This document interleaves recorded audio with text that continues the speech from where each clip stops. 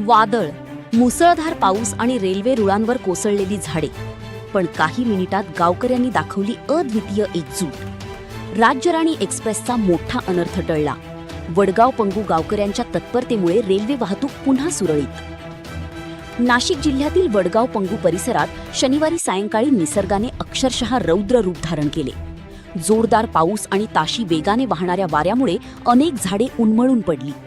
यातील 2 मोठी झाडे थेट रेल्वे रुळांवर कोसळल्याने काही काळ रेल्वे वाहतूक ठप्प झाली. मात्र याच संकटाच्या वेळी गावकऱ्यांनी दाखवलेली सामाजिक बांधिलकी आणि एकजूट आज संपूर्ण परिसरासाठी प्रेरणादायी ठरत आहे. 7 जून रोजी सायंकाळी सुमारे 7:10 252/24 खांबाजवळ अचानक आलेल्या वादळामुळे तब्बल 7 ते 8 झाडे रेल्वे मार्गालगत कोसळली. त्यापैकी 2 मोठी झाडे थेट रेल्वे रुळांवर पडल्याने एक रेल्वे गाडी जागेवरच थांबवावी लागली. परिस्थितीचे गांभीर्य लक्षात घेऊन लोको पायलट प्रमोद घुगे आणि SS भगत यांनी तातडीने स्थानिक ग्रामस्थांशी संपर्क साधला. यावेळी चव्हाण सर, पांडुरंग गोजरे आणि गोरख कांडेकर यांनी क्षणाचाही विलंब न करता मदतकार्य सुरू केले.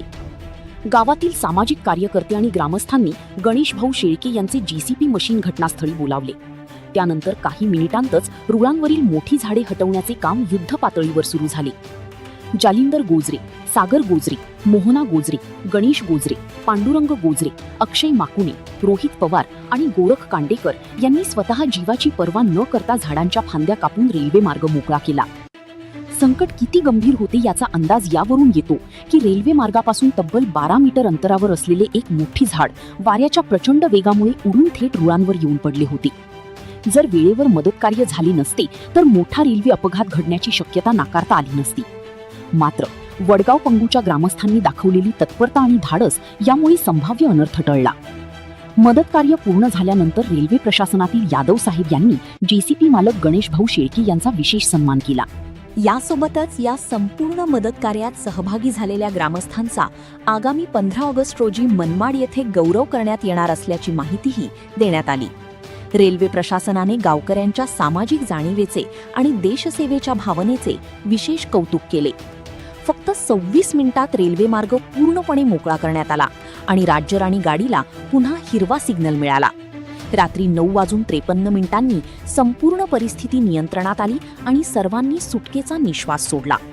संकटाच्या काळात प्रशासन आणि नागरिकांनी एकत्र येऊन काम केल्यास कोणतेही आव्हान मोठे नसते हे वडगाव पंगूच्या ग्रामस्थांनी पुन्हा एकदा सिद्ध करून दाखवले आहे.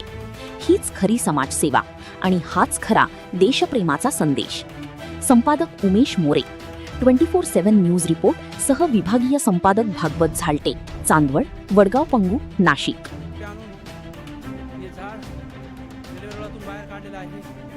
स्वतः या ठिकाणी